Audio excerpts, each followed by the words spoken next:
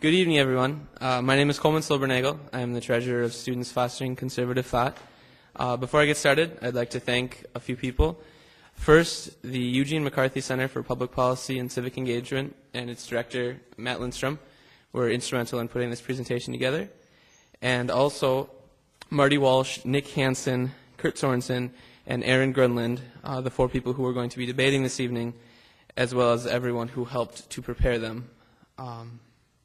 Students Fostering Conservative Thought was founded in 2001 by two St. John students in an attempt to balance the political ideology here on campus.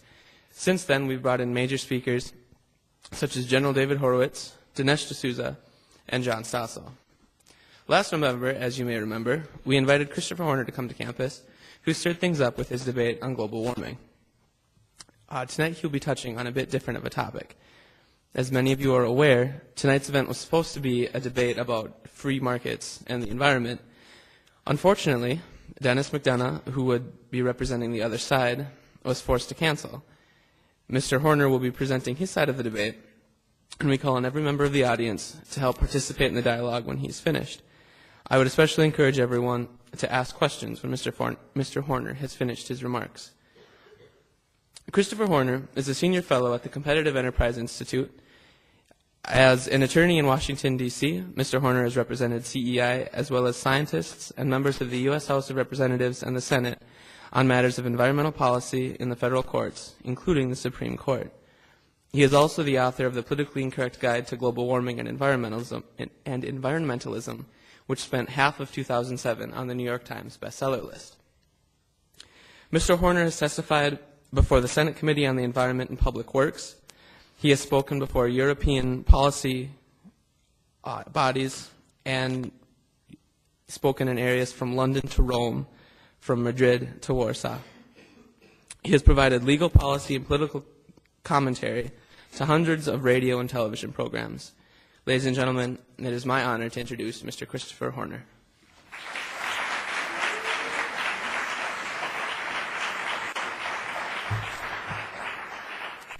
Thanks, everybody, and for having me back. That's a rare treat. We've got a different format tonight, so I'm sorry, no PowerPoint. That does help many times, not necessarily in this discussion. I'm going to prepare or speak from written remarks to ensure I don't speak too quickly. You just heard the people who were here last time. I should go about 30 minutes, then we should have question and answers. Now, some of you in the audience are old enough to recall this, others through the miracles of Blockbuster and Netflix, but at Faber College, every spring the toilets exploded, and every Halloween the trees were filled with underwear because of Animal House. Our own Animal House and Senate have made sure that every spring our gasoline prices explode, and every autumn our national parks spread massive destructive wildfires. The former, of course, is due to one of the many classic examples of the disaster of the government managing resources, the biofuel mandates, which I understand are quite popular in parts of the state. Ask a Sumatran ape next time you see one, if you can find one, how he or she likes politicians' increasing desire to reward political constituencies in the name of the environment, when in fact all they're doing through biofuel mandates is exacting a tremendous economic cost and an environmental one. That is to say that where biofuel mandates go, the chainsaws follow and the plow. But there's no serious argument of energy savings or environmental benefit from these mandates, either on their face or on net balance. Further, we've seen in the last fortnight terrible food riots in Pakistan, even right on our own southern border in the past year, as a direct result of this crazed interventionism to replace hydrocarbons with food crops into fuel crops, leading to massive food inflation and ultimately, of course, plowing under millions of acres of land in response. But food inflation only hurts the poor first and worst, and it is the poor who trash their environments, not the rich, meaning that biofuels are quite harmful, and they are only benefiting from a market directly and exclusively as a result of the regulatory state. And the UK's chief science advisor said again this weekend, quote, "The rush towards biofuels is threatening world food production and the lives of billions of people." The quote was ratified by the UN on the same day. Then we learned yesterday that this will supposedly worsen a dead zone in the Gulf of Mexico, according to a University of British Columbia study. Another negative externality of the wonders of interventionism in the name of saving the environment. And then today's New York Times, as I understand you now all get, you certainly saw that the absurd subsidies in the 05 and 07 Energy Policy Acts have started a phony gold rush, including criminal behavior, polluting rivers. The money that these biofuel programs promise for an otherwise uneconomical activity is apparently too good to not misbehave for. This is such lovely news. I have a great idea. Let's give the people behind this genius control over all of the resource decisions, which was to be the topic of our debate. The state doesn't mandate biofuels for a substantive reason, of course, because the very fact that they have to be mandated betrays the fact that the substantive reason doesn't exist. Further, now even the New York Times admits that biofuels produce more CO2 in their life cycle than hydrocarbons, so if you're concerned about man-made climate change, certainly you agree with the green pressure groups that the government needs to get out of this business, a business that exists only because of them, and again, a typical outcome when the government finds itself able to reward constituencies in the name of the newest victim of capitalism to whose salvation statism now rushes, the environment. However, unlike the working man, the environment cannot exercise free will to liberate herself, from these shackles. Now, the latter phenomenon I cited, the forest fires, which seem to surprise us every year when they break out and get out of control on public lands, for which our Animal House and Senate share ultimate responsibility, again reaffirms what happens when you give the country's worst landlord control over more land in the country than anyone else. The outcome is predictable, and for many of the same reasons that no one has ever washed a rental car. You don't hear about those annual forest fires getting out of control on private property, no matter how they start, a kid with a book of matches or lightning. Private landowners do not leave their property in the state of neglect like publicly owned lands. They only suffer when the federal and state lands burn and spread uncontrollably. Similarly, so-called wind farms, something you're also becoming familiar with, wouldn't exist but for subsidies or mandates from the state, increasingly opposed at the behest of corporate constituencies, which is exactly what happens time and time again when the state finds itself capable of imposing such mandates. Consider the tiny Scottish Lewis Island, now in the news in the UK, which British Energy and another firm are trying to have the state forcibly turn into one of the world's largest wind farms. To quote the UK magazine named The Business this week, quote, "Aside from how 181 turbines covering the northern half of the island will look, the farm will upset Lewis's fragile ecology and spell disaster for numerous rare animals. There's a grim irony to the island's predicament. Environmentally friendly measures threatening to visit irreparable damage upon a natural environment." Irony, yes. A surprise or a rare exception, hardly. It's for outcomes such as these that the topic I was to speak upon, the philosophy of a free market environmentalism, arose a few years ago. The problem is that the conventional approach to environmental protection, as with the Soviet model of economic central planning, may have been able to produce grains for a time.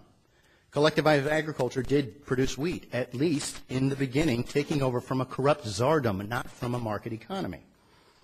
Over time, however, centrally planned systems collapse under their own weight, revealing a bankrupt core. As with economic planning, so too with the ecological planning of a federal regulatory state. We hear about the wonders of the regulations passed in the 1960s and 70s, which actually are no longer generating satisfactory results to the extent that specific results can be tied to them. And I'm going to get into some of the examples cited, the poster children for this, for the regulatory state, which scrutiny beyond the rhetoric and to the factual record shows is usually an overblown case, ignoring either pre-existing improvements that the regulatory apparatus followed, as opposed to somehow led. Remember that by their nature, politically imposed regimes intrinsically follow trends and public opinion. They don't lead it. In many cases, well-intentioned regulatory systems are even making environmental problems worse. I will discuss some. So dissatisfied with the status quo approach to environmental policy, with the existing approach too costly and ineffective, a growing number of scholars and policy analysts came up with free market environmentalism, turning to the marketplace to address environmental concerns. This is a new set of policy approaches that reconcile human needs and environmental concerns, something to keep in the forefront of your mind. That's the point. It's grounded in property rights, voluntary exchange, common law liability protections, and the rule of law, seeking to integrate environmental resources into the market system. To grossly oversimplify, humans consume millions of cows, chickens, and pigs every year. But you're never going to see one of those turn up on the endangered species list. Think about it. Rather than regulate each new potential risk to environmental quality, free market environmentalists advocate the creation of institutional arrangements that facilitate private solutions to environmental concerns. That phrase keeps popping up. That's the point. Markets aren't perfect, but they are superior to the regulatory alternative. You will find that the externalities, or what we'll call for now other impacts, of the governmental approach are typically ignored in any assessment. Market approaches are judged against the perfect, while the regulatory state is judged against a claim that some hypothetical other guy, a private actor, would have done worse. Also, trends are conveniently attributed to governmental interventions, such as air quality improving in the decades following the 1970 Clean Air Act, which actually continued trends begun before the adoption of the Act. The Act gleefully piggybacked along on it. Could be a free rider. May have hurt, may have helped. But we do know if you begin your baseline with the adoption of the Act, you can claim improvements. It's like claiming because I put on a swimming suit and went to the beach, the temperature got warmer. Cause and effect isn't necessarily there. Or we often see the state as mythologized case studies or poster children for the regulatory state. That what a federal system took over for was actually not from a system of private property rights, but from state-controlled asset that had produced predictable results. I will use a case study. In fact, I want to specifically focus on the off-sided, absurdly distorted example of the Cuyahoga River catching on fire in 1969. It didn't catch fire because of capitalism, as the textbooks and the environmentalists and the media now, but not then, tell you. The Cuyahoga River, we all hear about the mistake on the lake and a river on fire, and what a great meme it is, and it's even better when the river caught fire because of capitalism. But the reason that meme was pushed is because of the real reason the river caught on fire. Not once, but at least 10 times over the course of 101 years. It was such a mundane occurrence in 1969 that it was reported to the Cleveland Plain Dealer on page C11. Since then, folk songs have sprung up, and it is never again wake-up call. It was almost a routine matter. And when you hear folks tell you this, well, I recall seeing this footage on the news. No, you don't. It burned for about a half hour, and it didn't make the news. The picture in the paper was a picture of the 1952 fire. It's been mythologized in service of the status of the regulatory state. The record's quite clear. The government struck the proverbial match, not capitalism, and federal involvement came only after earnest cleanup efforts had begun. The real root cause of this mythic fire was not corporate greed, but a political philosophy called progressivism. Progress was found in filth for a long time. It was a wonderful sign of the economic progress that's being made. What happened was the government seized an asset, which was followed by textbook disincentives, removal of property interests, and incompetence, textbook incompetence. Cuyahoga wasn't a victim of the free market, but a series of abuses in the name of the greater good. Hayek's fatal conceit, which I'll discuss. Specifically, it was the abolition of the then traditional system of property rights and common law recourse in favor of a common ownership that led to the fires. Remember, 10 fires over 100 years. The government took control of the asset, effectively owning it, and then proceeded to declare it, quote, for industrial use, officially out of the state capital, 120 miles away, selling permits to pollute it, using it as a publicly recognized, quote, open sewer. You've certainly heard, as Cleveland's mayor called it as early as 1881. That was almost a boast. It wasn't a boast out of him, but again, if you read about progressivism at the time, it affirms what we're going to see about the Kuznets curve, which is essentially for environmental issues. Societies go through periods whereby the environment doesn't earn in their minds value in its own right until later, once wealth is created. We see it time and again. We see it now in emerging economies. Regarding the Cuyahoga River, when the state of affairs reared its head, and again, this was over the course of 100 years, instead of reforming the system and seeking to clean up the river, the city decided to fetch water from Lake Erie instead. Again, this is clear from the public record. private entity actually sued the city to halt this, a paper company in 1936 claiming that the filth was harming its business.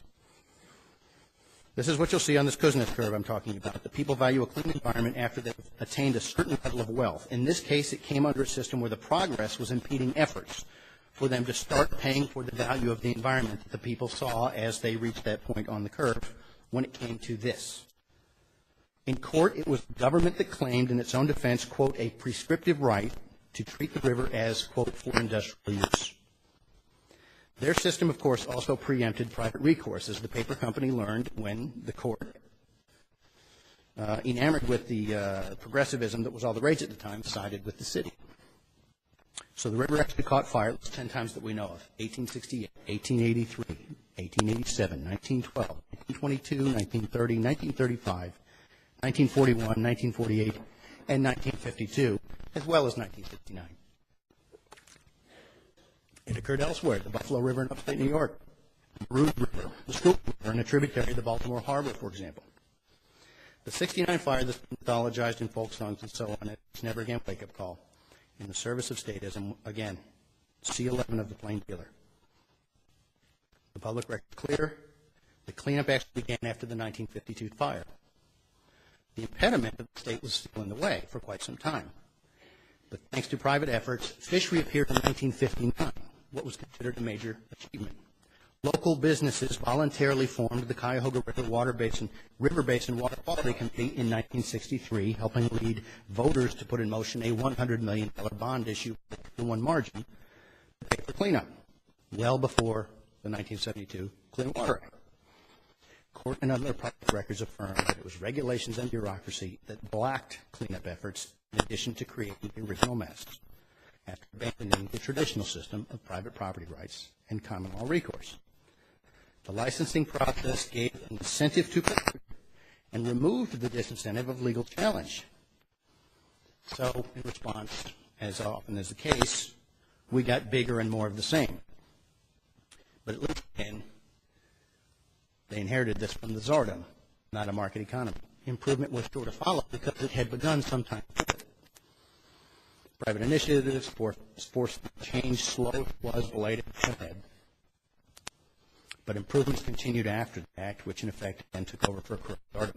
There is not a reasonable claim upon scrutiny that the 1972 federal law is the change or the reason for the change regarding Cuyahoga River, which again didn't catch fire once in '69 but 10 times over a century.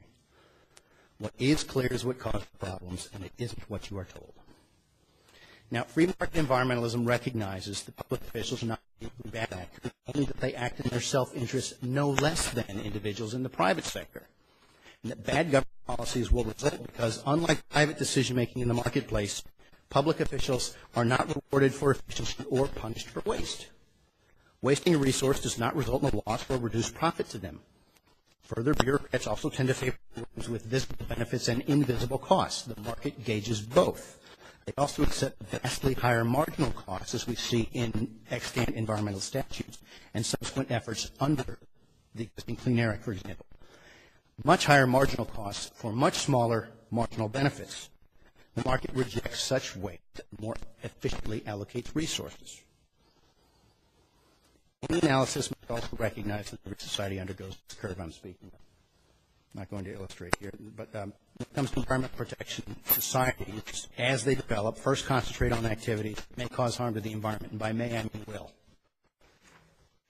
A certain level of economic growth is attained, and then environmental quality becomes important, so important that harm to the environment drops. A variety of research projects, including one by the United Nations Development Project, have also found this curve. For different environmental improvements, the curve is different. Some are more expensive than others. They're often very, very different problems. The curve may be like this, the curve may be like this. But it is something that market environmentalists and the UN Development Program all agree that environmental improvements begin in earnest after per capita reaches about $8,000. Per capita GDP reaches $8,000. Before that threshold, other needs take precedence. After it, environmental quality achieves its own value, a value citizens are willing to purchase, like cleaning up the Cuyahoga River, where a paper company sued the city because of the filth in the river, saying, "You're harming my business." What a great cartoon you could make out of that. So it's therefore wealthy societies engage in the practice of environmental protection. Even poor societies that depend upon resources find themselves engaging in unsustainable practices, notwithstanding the romanticization of poverty and these enlightened lifestyles we engage in. This is a fact. Further, it's only vibrant economies who add to the burden. It actually is a luxury to pay a lot of money for environmental protection. And societies strive to reach that point. And in the meantime, they do cause environmental harm. But we know that interventionism create that wealth or the health, and that the ability to engage in economic transactions without undue burden from the state does. Promoters of intervention like to argue that these costs don't exist, or anyhow they just aren't all that bad, and opponents overstate them. The usually sober Greg Easterbrook goes so far as to offer the absurdly oversimplified syllogism that the 1990 Clean Air Act amendments were touted to be very costly. The 1990s saw very strong economic growth, ergo, he implies this, but he's bright enough not to say it. But it's inescapable. The Clean Air Act amendments of 1990 actually caused, or were a significant cause of the 1990s economic growth. Claims such as these from proponents of the regulatory state are no more unexpected than from someone who doesn't wish to be regulated, touting the costs, and are often less accurate. So progress and the environment go hand in hand. We know that wealthier is healthier and cleaner, and that wealth is not created by interventionism, which seeks through a failed philosophy to centrally plan activities. That latter impulse is what Hayek called the fatal conceit, the belief that clever enough people can put their minds together and come up with a plan that will direct an economy so there will be no losers, or an environment. History proves that this intrinsically leads to a series of abuses, all in the name of the greater good. In practice, central planning has been given a fair chance and is no substitute for important democratic institution found in the free enterprise nations. China is reforesting as it lurches toward a market economy and away from central planning and control, not simply for the philosophical reason I've talked about, which is that environmental quality attains a value in its own right as wealth is attained, but also because wealthier people find other sources of fuel than chopping down the local forest, which is why the ice mass on Kilimanjaro, of course, is disappearing according to the published literature, not warming.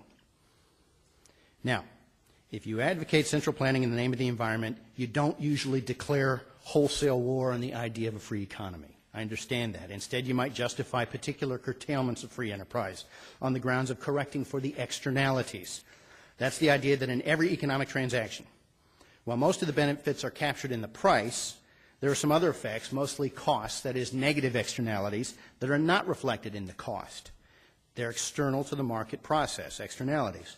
Thus, if I were to suddenly decide to take up cigarette smoking and buy a pack, the price I would pay would reflect both the cost of producing the product and the value I place on taking a puff.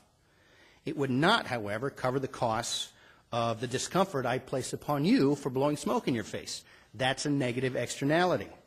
Whether or not it causes cancer, it's a cost I impose on other people from my economic transaction. To the status and externality, every single one of them is proof of a market failure and the perfect excuse for the government to step in. The market can't be trusted to bring about the best outcome, and so the government must fill the gap. I think you see the fatal conceit at work. There are all sorts of things that the inventive centralist can do to correct the behavior that leads to the externality. Very clever people can ban a product or an activity. More clever people can impose taxes designed not just to capture the costs of the externality, but to punish those people even thinking about engaging in the wrong behavior.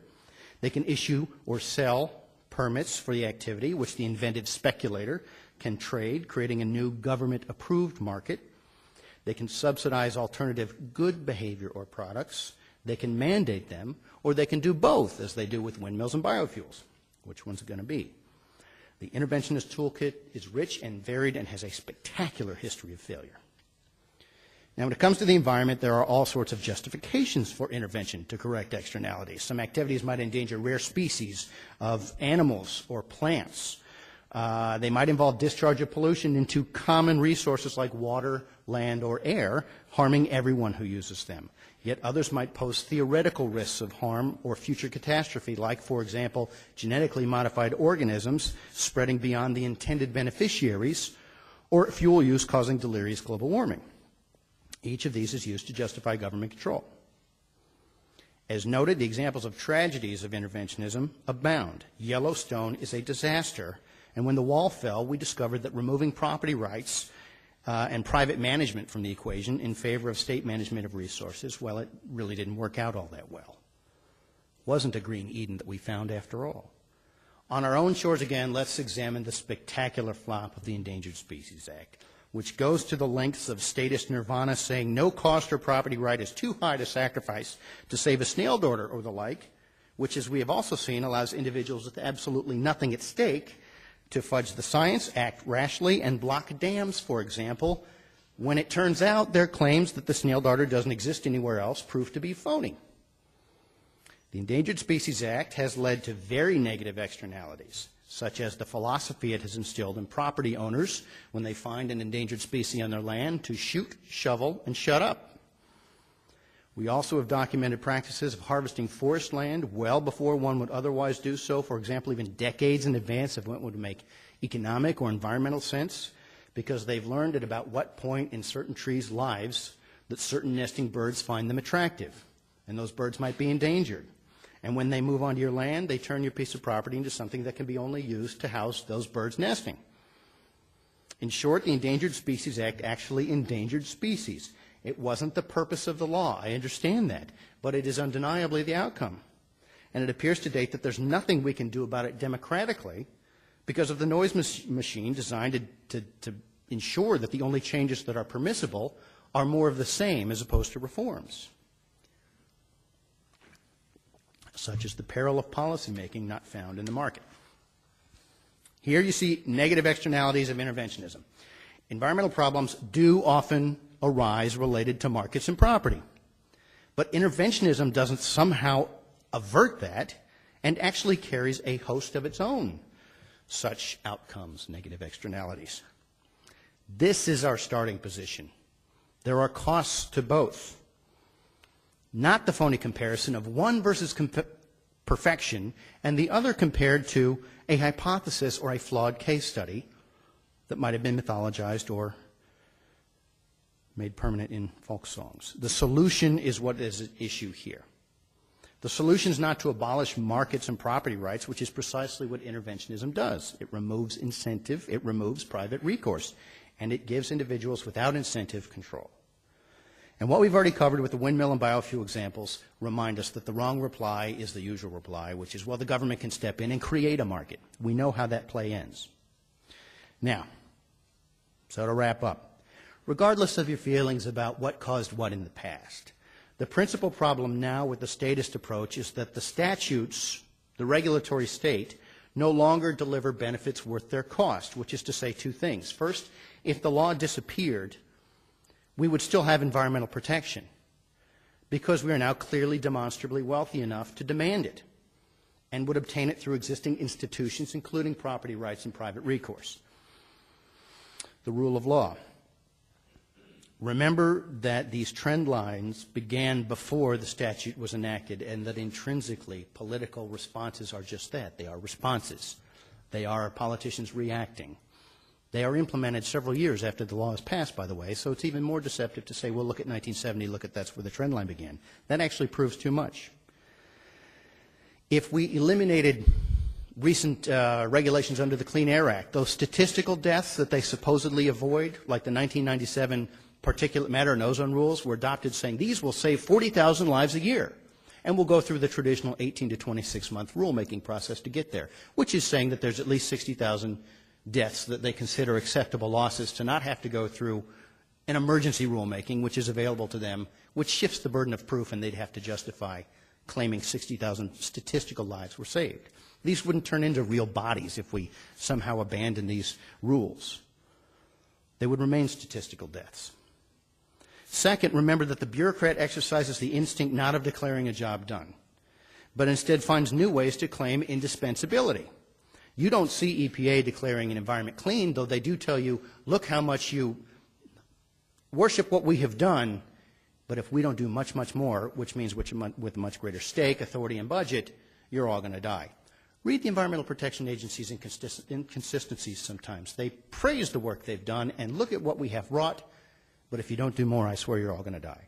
There's an inconsistency there, and it's not true. The agency didn't bring about the environmental improvements, and these statistical deaths are not turning into bodies if they stop. EPA, as soon as they can measure something in the part per million, says we must regulate in the part per million. When they can register in the part per billion, they insist we must regulate in the part per billion. But the marginal benefit from these regulations is diminishing as the marginal cost, obviously, of going after that part per billion goes up. So EPA continues to tighten existing requirements and add new ones, always claiming that much more needs to be done, because we gave them the pleasure of a statute that says every 5 years, tell me whether or not you need to be doing more. I assure you their instinct is, of course we do. So in closing, markets wait for information before acting, which is anathema to the statist movement. And we see time and time again how it pushes a willing regulatory state to act without waiting on the science, but regulating instead on the basis of self-affirming anecdotes. We saw this with SO2, acid rain, the ozone hole, and now climate. We also see time and again that the regulatory state's poster children for success are either oversold, like the Clean Air Act taking credit for improvements in air quality after 1970, when the trend actually began before the act was adopted, so the baseline is 1970, or pure mythology, such as the case of the Cuyahoga River. If one does believe that the state can suddenly, here in this context, perform much better than the private sector, is the triumph of hope over experience. And I suggest this to say one feels it needs to feel it's true, or conversely simply cannot accept that possibly something I understand that through our lifetime we're generally not accustomed to, the idea of private solutions to an awful lot of things that we take for granted coming from the state. But possibly some of the resistance comes from a philosophical root. I suppose I could go on, but I think that's probably as much as you want to sit through without participating. So why don't we open the floor to questions, and I'll begin by asking for the substantive questions, the questions about the issue that people came to hear about. If you think the question really has to be about me, don't be surprised if I think the answer has to be about you. This doesn't have to be about the personalities, but if you can't control ad hominem, I'm asking you to save it until after the people with substantive inquiries have their say. Sir. You brought up the curve, the Kuznets curve. Mm-hmm. That relationship has only been shown with short-term local pollutants such as particulates and fecal coliform, and it doesn't show resource stocks like soil or forest cover or other ecosystems, and it also doesn't show globalized emissions, such as the country may have outsourced their polluting activities to someplace else, and now it's cleaner. Good question. You don't outsource unless you're chased offshore. You want your market to be as close to production as possible, of course. It's true that Europe is offshoring. You're raising emissions. I assume you're speaking of CO2 emissions. Europe is outsourcing CO2 emissions to Carroll County, Kentucky, and Alabama, where we have 2 new steel plants thanks to them, because you can't build new steel plants in Europe anymore, so they're stuck with old equipment. I think it's unclear whether the Kuznets curve is triggered by economic freedoms or democratic institutions. I don't believe that's settled, and China is a laboratory on that right now, because they've got a bit of the Pinochet about them. They're instituting economic reforms but have very little in the way of individual liberties.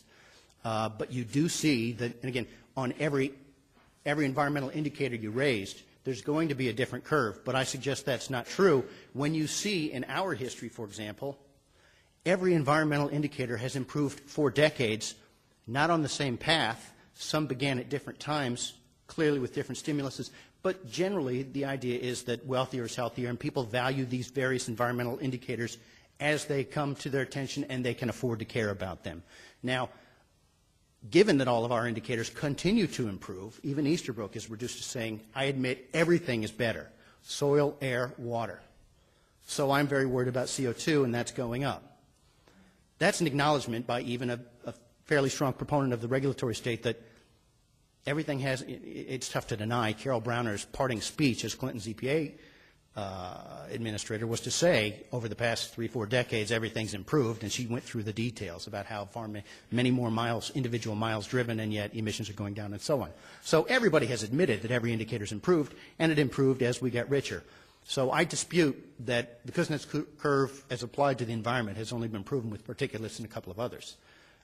We can agree to disagree, but I think you're seeing it in action in China on, for example, particulates, but not CO2. But again, it's a different curve depending on the indicator. Good question. Anyone? Yes? I'm not sure if you're familiar with the idea of having all motor vehicles have a minimum of 30 miles per gallon in the next 15 years or some time period like that, mandated by the government. Could you just speak to the pros and cons of what a situation like that? The claim that's always thrown out in a debate from an environmental pressure group is that even, we've taken a step backwards since the Model T. Even the Model T isn't as efficient as this. That's intentionally ignoring an awful lot. We have decided to make trade-offs. For example, you couldn't drive a Model T on the highway right now. You got an accident, you would all die. We've traded off safety and comfort for some of the tremendous gains. We've had these monumental gains in efficiency, but some of the gains in efficiency have been plowed into things like safety and comfort. So they haven't all been directed toward fuel efficiency. But we do continue to improve fuel efficiency, and individuals continue to exercise a decision like I have done. I have a larger, safer vehicle for my 2 children and wife, and I have a car that is safe enough for all of us, but I feel better because it's a convertible with them in the bigger one. Okay, that's my decision. Now, people continue to exercise that choice. They're great. You see them online. I vote for the environment, and then you pan back and you see it's on a Ford Explorer and things like this. This is probably a lot about other people making sacrifices because individuals, when given the test, say they want a larger, safer vehicle for their family. Can you continue to make the dramatic improvements in efficiency such that you can reach the miles per gallon requirement that they're talking about? I don't think so. But, I'm not the expert on this. I think the people who make the cars are the expert. The bureaucrats aren't the experts. I tend to defer to the people in the business, knowing that they do have an interest in making their case just as much as the regulator has an interest. You have to recognize this in saying, yes, I must have more authority and a larger budget. So I won't make any absolute statements on that, but I will say that the automakers are very concerned about this because they don't think it can be done. You are talking about taking major steps back in some of the things we have decided to use our gains in efficiency for, which includes safety and comfort, very important to people. Yes, sir? Recently, the legislature imposed I think it's a 9 gas tax. Senator Sarah Clark spoke to the issue and said we would have these states in Minnesota because now we'll have safer roads and bridges. Do you feel that is productive, counterproductive, or what are your thoughts on that? I don't know the details of the tax. I don't know if it was earmarked for bridge inspectors that somehow is now saying, gosh, we should have had those, and you didn't have those, and you're saying that's the problem because at first it was global warming that made the bridge collapse, and now it's because we didn't have inspectors, because we didn't have a high enough gas tax. It sounds like the standard shuffle of here's another great excuse to raise the tax, but I bet it's not going to be all plowed into bridge inspectors. Is it dedicated? You can do that. For example, user fees are a better idea than broad taxation. Taxation generally is very regressive, of course, on things that are related to energy. The poor and seniors suffer first and worst. You've got to be careful in this instance. So is it somehow a user fee? Well, it's a gasoline tax, so in a way it is. Will it be used for, I think you're getting into a fairly typical political dance here because it begs a lot of questions about what you're admitting was the case before. So one way to do this might be to impose the private solution to say, I have an idea, put your money where your mouth is. You say we will now have safe bridges. In other words, the implication is I'd like it to be the expression. That won't happen again if I agree to this. That's the implied deal. You don't want to put that deal in writing. You don't want to waive sovereign immunity. You don't want to somehow subject yourselves, particularly the regulators or legislators, for the consequences of their action outside of, in the lawmaker's case, possibly being voted out of office. But it's an empty promise. If you raise this gas tax, great, now we're going to have safe bridges. Nobody can back that up under this system. You have preempted private recourse for people who are selling a higher gas tax on the basis of safe bridges, which people are now afraid of because you had a bridge disaster and people died. So put your money where your mouth is, and let's open this up to recourse. You could privatize the roads, of course. We have a wonderful success story near where I live. It does happen. It does work. Let's have someone else for a second. Did you have your hand up?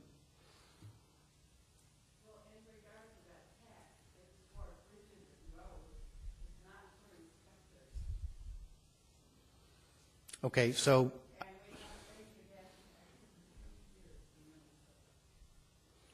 where is it in comparison to other states? I mean, we know that you're not going without taxation. Maybe you had it high. I don't know enough about Minnesota's gas tax to know. I'm responding to this suggestion that she claims it's for inspectors. Now that's challenged. It really isn't for inspectors, but it will be for new roads, which are presumably safe, so that bridge was presumably safe as well. I didn't see any bureaucrats waving in front of it, don't drive over this bridge. The presumption was it was safe. It's your decision. This is a democratic process. However, there's not really accountability. You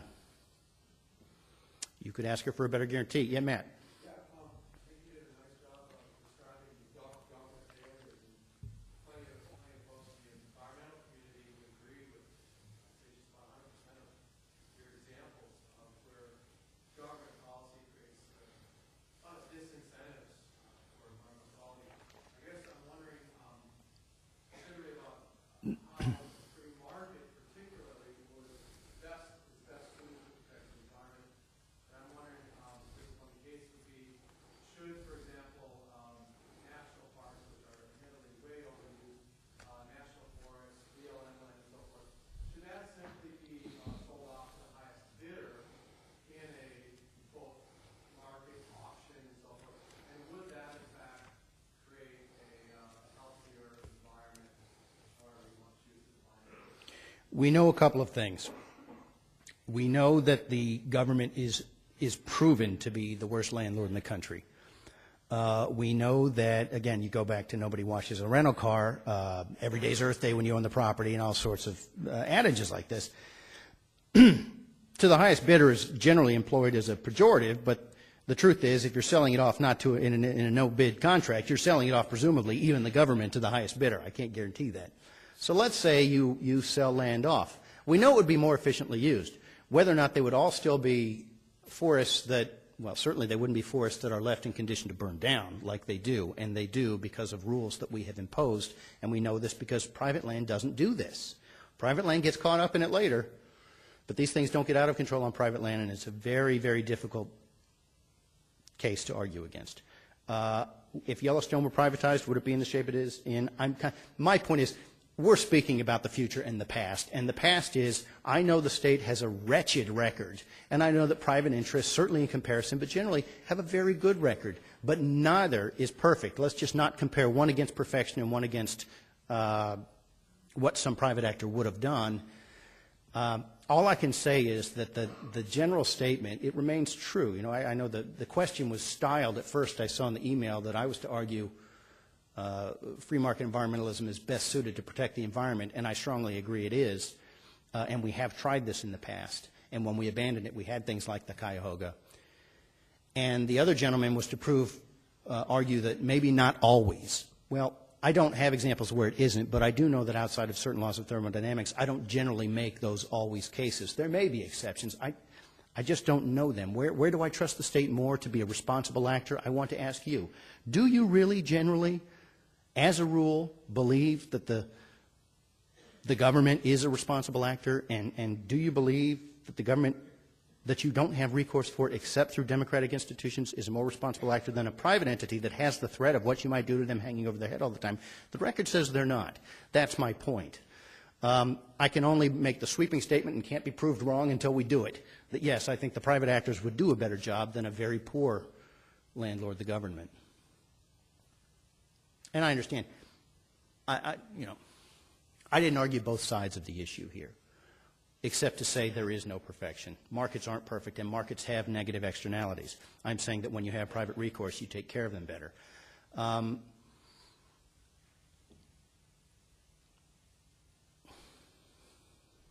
Question? Yes, sir. Thank you. Where I come from, the purpose of government was to control our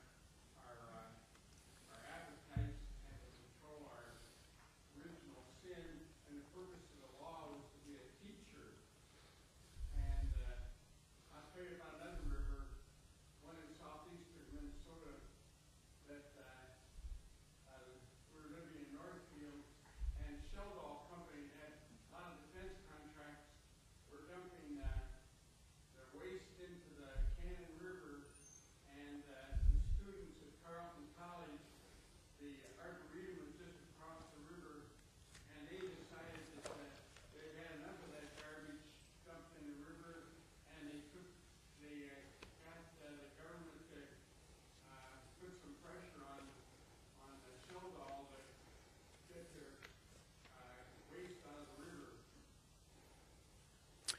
I'll tell you this. A place I used to go growing up all the time, and I now take my boys when I can, is Cape Cod, just across from Otis Air Force Base, a Superfund site, owned and caused by the government through the most remarkably boneheaded decision-making I could tell you, I will tell you.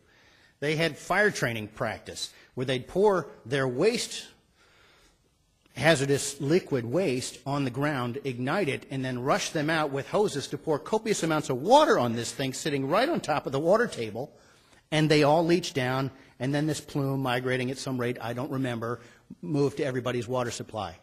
This wasn't a private actor. It was the government. The point is, Hannaford, we could keep going. Superfund sites are not exclusively private, and stupid behavior isn't private. The disincentive is there for state actors. When it came to Otis Air Force Base, I attended a town hall meeting to, what do we do about this? And the response was, well, it's not really our job to pick winners and losers. This was EPA. So we're going to let that plume migrate until it gets to the ocean, and we're going to then build the wall that we're talking about underground, this 60-foot steel wall underground, there. Because if we started now, we would have allowed some people to be polluted and others. I simply could not believe what I was hearing, and I cannot imagine that were they subject to private recourse, that they would be making such stupid, environmentally harmful, and wasteful decisions. But that was my experience with, I don't think that if this weren't Hannaford or Otis Air Force Base, if it was this river, that we would be responding this way. The accountability wasn't there. The incentives weren't there. They're all human. The question is what's motivating them and what recourse is there, should they be. Tortfeasors. And generally, if they work for the state, they can't be tortfeasors. One second. You did have your hand up. What about the tragedy of the commons?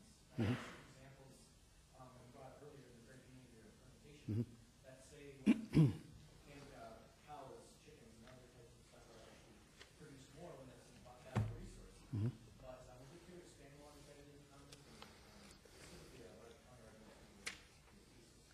is? There is. It's a great argument. And it's an intellectual argument that's being had, and there are examples all over. Let me be provocative and say, with rhino farming, they wouldn't go extinct. What happened was when you banned the trade in ivory, you saw a precipitous drop in ivory-bearing animals. They were just being poached. Nobody had a property interest in them. I'm sorry, but it's true. When everybody owns something, nobody has the property interest to take care of it. It's just, Yellowstone Park is an absolute disaster for a very good reason. We all own it.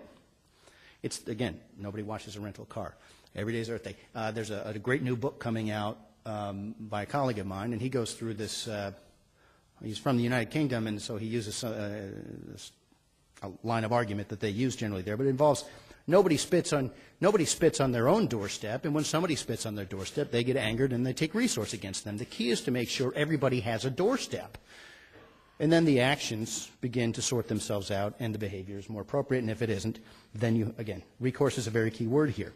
And generally, when the state comes in, like in the Cuyahoga situation, where Columbus stepped in and appropriated an asset that, like the Scottish fly fishermen, okay, they have property rights there, and people can, or the folks abutting the river have property rights in selling fishing rights there. And if somebody devalues their assets somehow by polluting the water, and they don't. Amazingly, Scotland has some of the best fly fishing in the world because they have reestablished private property rights there on the water, and it's a vibrant area, great tourism, and people take care of their fish stocks, unlike the fish stocks in the ocean where there is no, the ocean and fisheries is a classic example where we are overfishing because it's everybody's playground, nobody owns it. Is the Law of the Sea Treaty where you're providing universal ownership of something to response? Absolutely, positively not. It's just going further in the wrong direction. Let's make sure it's just formally commonly owned by an organization with an absolutely hard record in managing resources. There's obviously the climate is a commons issue, and it raises so many questions that ultimately distill to, great, what do you do about it? And since no policymaker has ever proposed anything that would under any scenario have a detectable impact on climate, you're sort of stuck. China and India can't say it any other way. No. Okay, there you got a pretty large segment of the world. Not going to do it. Well, we already know then we'll be exporting pollution if we do it. Europe's proving that. And Europe's emissions are going up faster than ours. So we know these emissions are hard to verify. They keep changing their baseline because they point to the treaty and say, I can. So my violation doesn't look as bad because I keep raising my baseline. 5 times they raised their 1990 baseline last year, as of last year, 16 years after the fact. They found emissions increases the size of Ireland 16 years after the fact. Oh, I forgot about this. No, you just don't want your violation to look as bad. It's a very unmanageable system that they are proving for us, and I hope we pay attention. Mr. Gore's proposed solutions, he's not a policymaker or a supranational bureaucrat. He hasn't formally proposed anything, but according to William Nordhaus of Yale is the Dean of Environmental Resource Economics. He's not on my team, and he's assessed Gore's proposal at costing $34 trillion. The cost of climate change, not considering positive externalities of energy use, mind you, okay? So it's a grossly overstated number.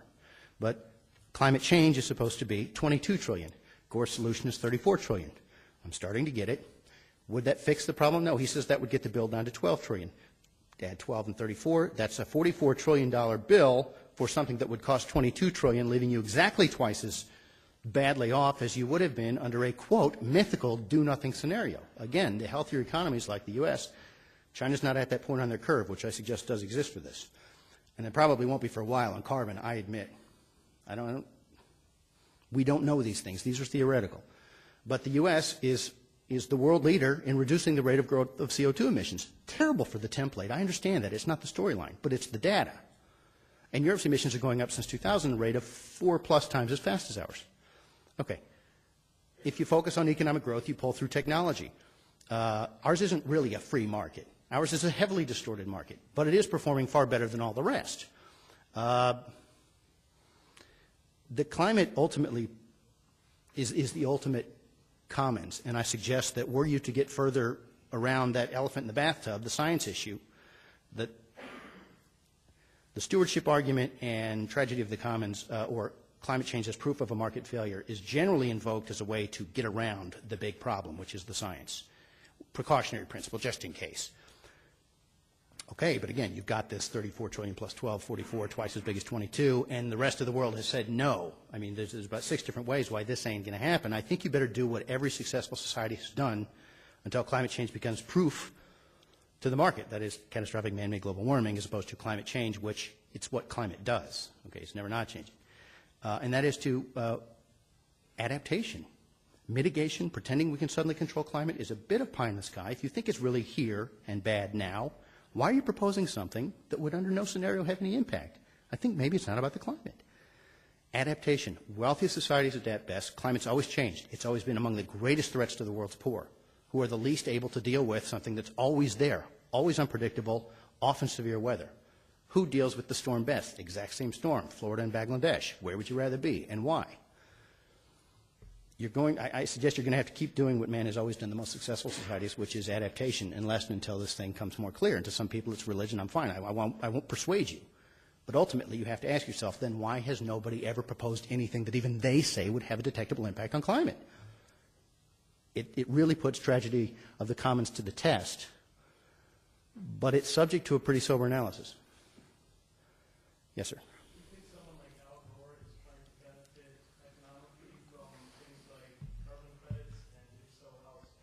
If he's not trying, he's the luckiest man in the world because he's benefiting quite well. He left office worth $2 million. He just invested $35 million the other day in a fund, and I'm sure he's smart enough to not invest all of his money in one fund, so that's probably not all his money. It's pretty good being the ex-vice president. He does very well off of this. You have to remember, it was Enron's plan. I know this because I worked for Enron for about a month until they told me my job was to get a global warming treaty because they wanted to get rid of coal because they had a big gas pipeline and the largest windmill company and a half share in the world's largest solar panel company and a trading floor they set up with Goldman Sachs to play bookie at both ends, swapping ration coupons, wetting their beak both ways. As I've said before, it's the world's second oldest profession. You're making a fortune off of governmental policy favors, things that absolutely positively would not be fortune makers for you, like selling his pet rocks or carbon offsets. You can buy something stupid and useless and then sue, somebody, John Coleman, the founder of the Weather Channel, says we need to sue him for selling these things. I told him, John, you might as well sue the maker of pet rocks for selling you something stupid and useless. It was your fault. If he defrauded you into it through some representation, this would change, this would impact the climate, you got another story. He's doing great. Cottage industry, so long as it's a voluntary transaction, I don't have a problem with it. A fool and his money are soon parted. Yes, sir. The ocean is a pure public good. How would you go about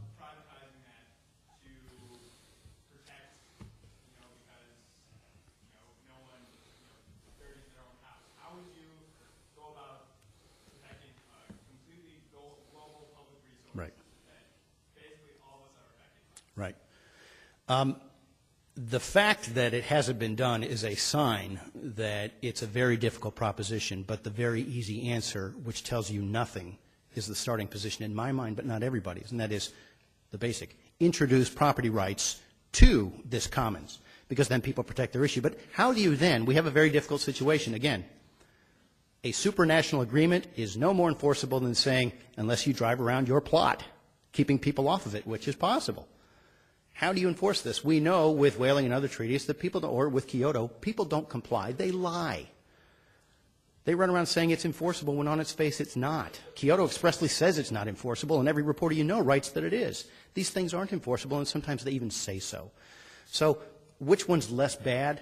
I would suggest, again, nobody seems to have there are experts in this, and I work with some, but it ain't my field.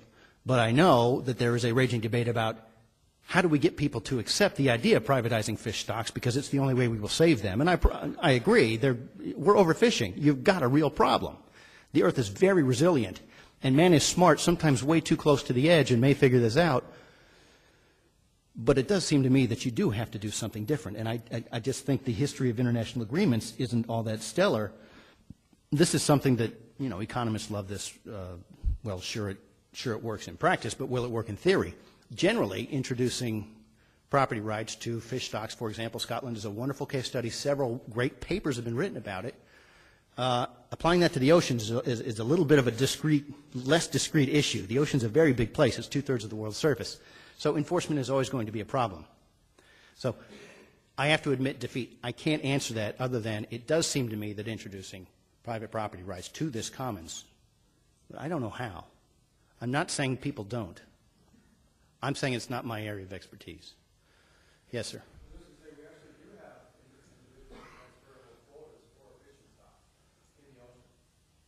Yes.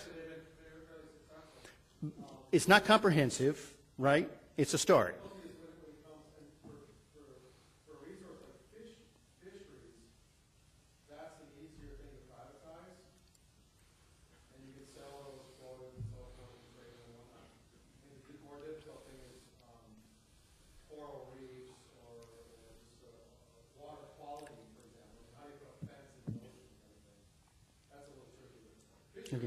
You're talking about 2/3 of the world's surface is what I'm saying. The Scottish rivers were a great lab. I'm just admitting defeat on 2/3 of the... I know there are experts. I actually work with some. It doesn't mean they're the final word on it, but I know people actually dedicate their lives to studying this. I just know we're not doing a whole lot. But the good news is you're right. We have what I would essentially call a pilot program, and it does work. You give somebody a reason to protect something, and they do. Yes, ma'am.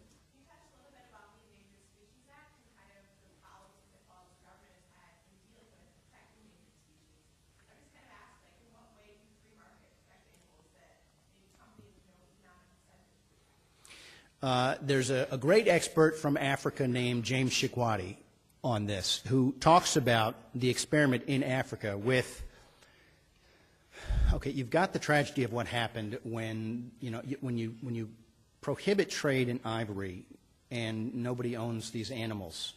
It's shocking to some people, and I understand it still strikes it at me. But wait a second, how do you protect them? Well, in fact, legalizing the trade in ivory is one way, but not the only way. You can, of course, Africa is not the greatest place for democratic institutions, property rights, transparent judiciary, lack of corruption, things like this, all of which are necessary for environmental protection because they're all necessary for the precursor, wealth creation. However, there are experiments with privatization in Kenya. I'm pretty sure it's Kenya. But Google Shikwati, S-H-I-K-W-A-T-I,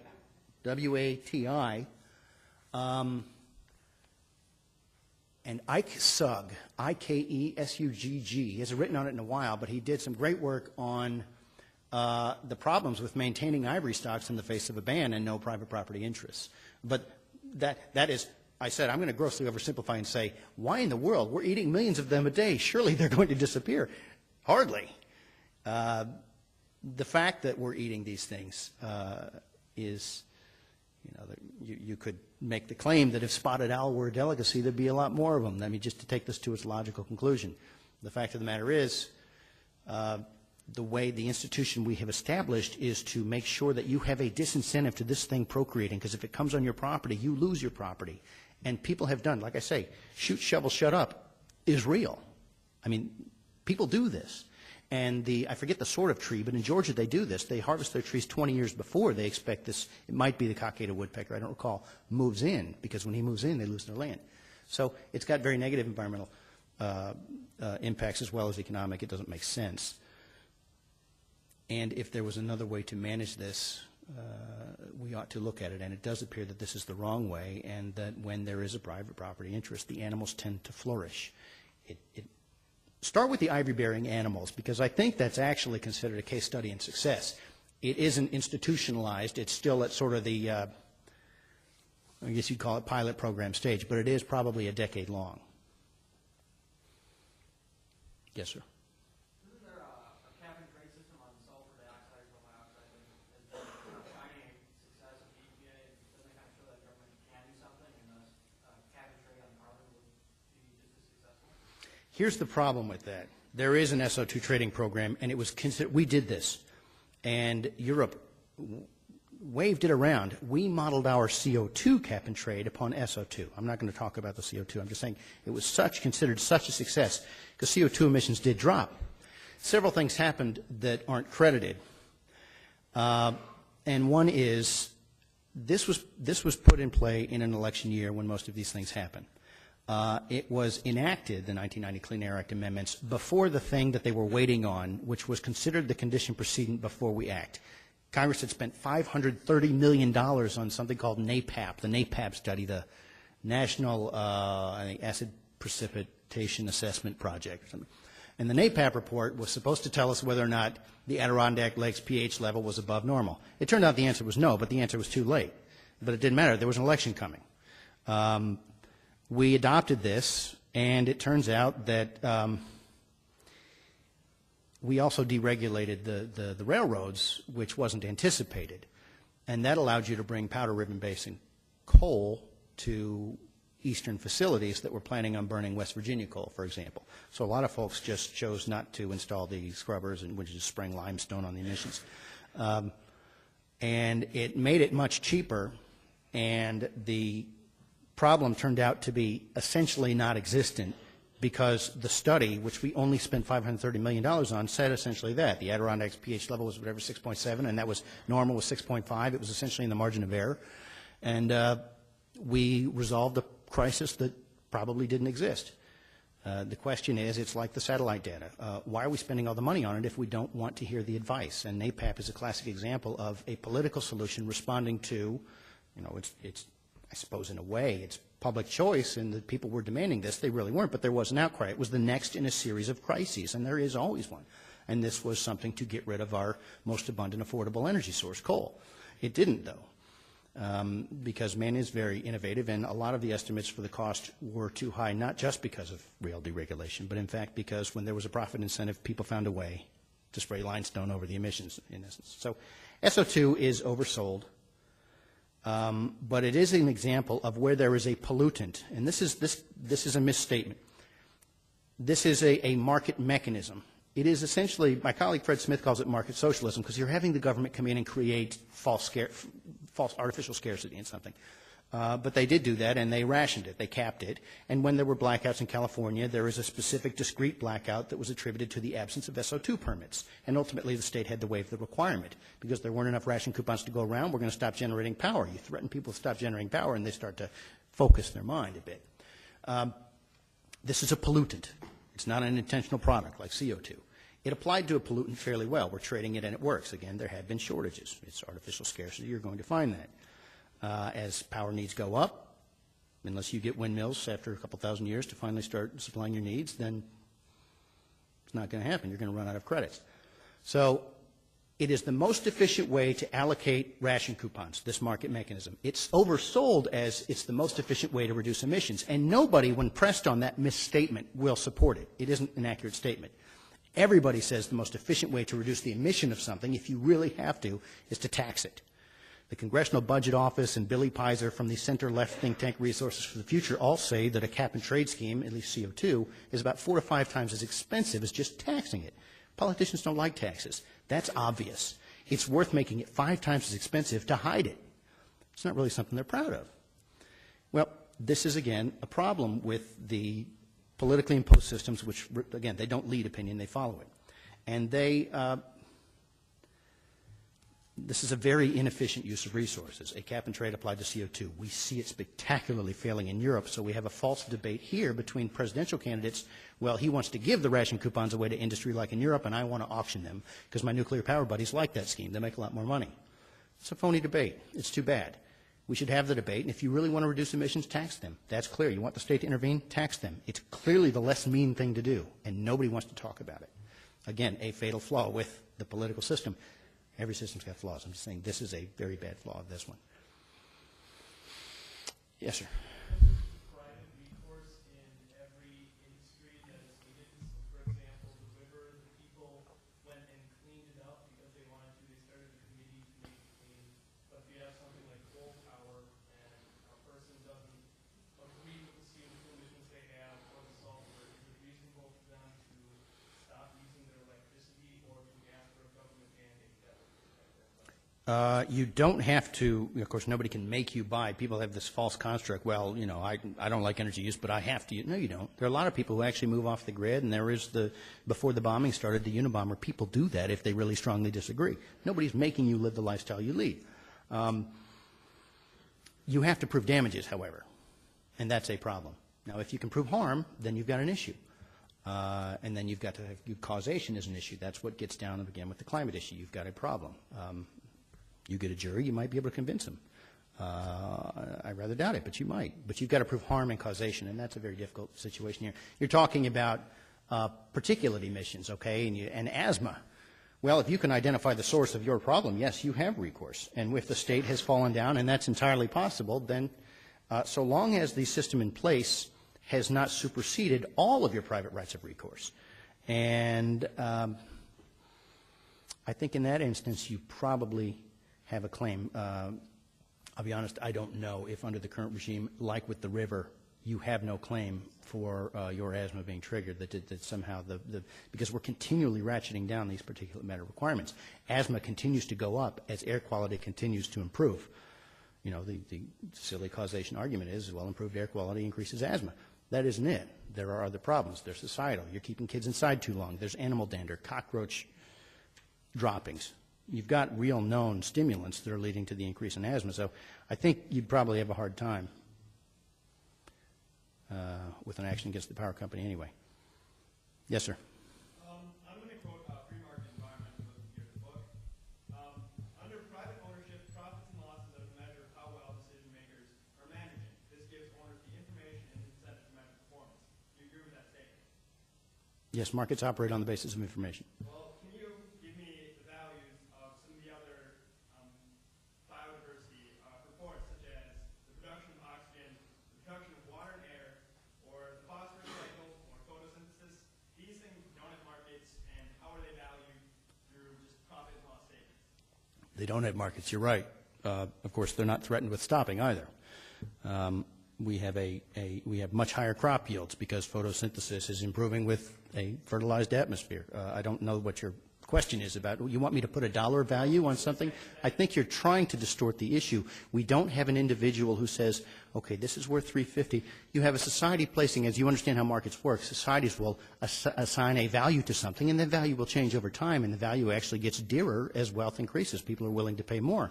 But let's not pretend that photosynthesis is in danger of ceasing now because of something man is doing. That is beyond alarmism.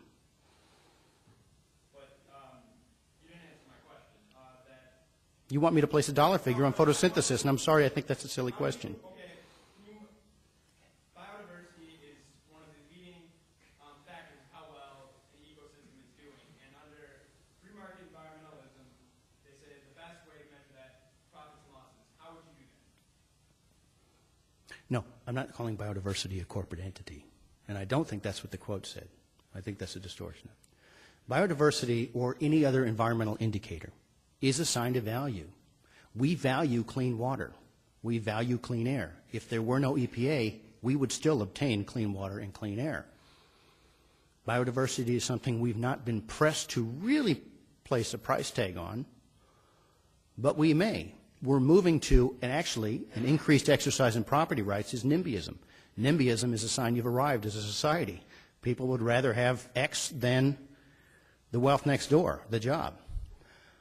If there is some articulable threat to biodiversity that people can wrap their hands around and as a society place a value on, I don't think you're really asking me to give a dollar figure on something. That isn't how this thing works. We're talking about whether or not, it's a question, how does this curve work, if you want to accept that, and I don't think you do beyond particulates and something else. Does the society say, okay, I want to pay more for this now?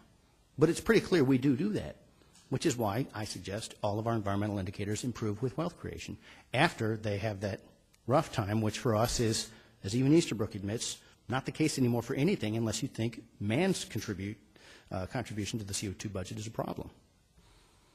Well, we're in the middle of scientists that have one of the biggest mass extinctions, I believe it's the fifth, and that's a huge biodiversity loss.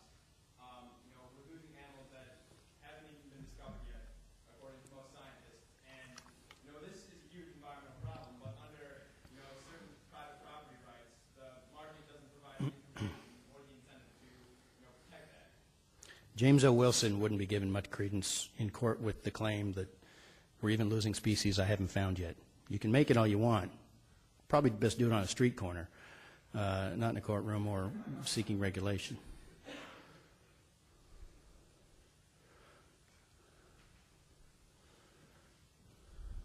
Well, that was the last straw for them.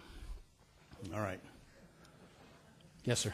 Is the free market best suited for people's health? So say diesel trucks that run on a route, people who live on that route are 3 times more likely to get asthma. Is it fair for those people to ask for regulation to either make the diesel cleaner or ask the trucks to go on a different route? Or should they move? Or is there another solution that they can have? How can that help you protect it?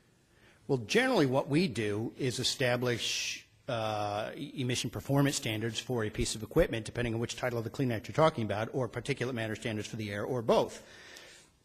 And if you've got this essentially asthma hotspot, then I presume you would do what we continue to do, which is tighten these emission requirements every few years when the law says, ask me if you need to do more, and they say yes.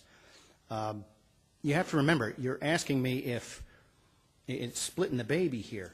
Does the system you recommend as likely preferable help us fix the system in place that blocks that right now? No. Remember, I used the Cuyahoga River example for a reason. The state created the problem, and remember, they abandoned what had been a centuries-long practice of leaving this to the individuals who had the interest in it and recourse. The way things had worked. They said, no, there's a collective asset here, and we're going to commonly own it, and they commonly trashed it. And that system they put in place actually impeded the private recourse. I believe now, as I said, and I don't know this for a fact, but I believe you're talking about the system in place involves trade-offs, including the state's responsible for this, dear. You really don't have the recourse you would have. In the world I'm imagining, when somebody causes you harm, you have a cause of action. When there's a regulatory regime in place, generally you don't. Now, we have built in over time, recognizing in a big oops, citizen suit provisions, and increasingly over time, the courts have expanded standing for certain kinds of people. The Ninth Circuit just gave standing to environmental groups who cited a few of their members who uniquely appreciated national parks. Now, if you understand standing at all, that is beyond asinine. But the court said anything to open the doors to more people to come in and challenge this. Again, do you want the benefits of this without actually instituting it? I don't think they exist. Typically, these regimes preclude you because the state's taking care of it, dear. And we know how well they do.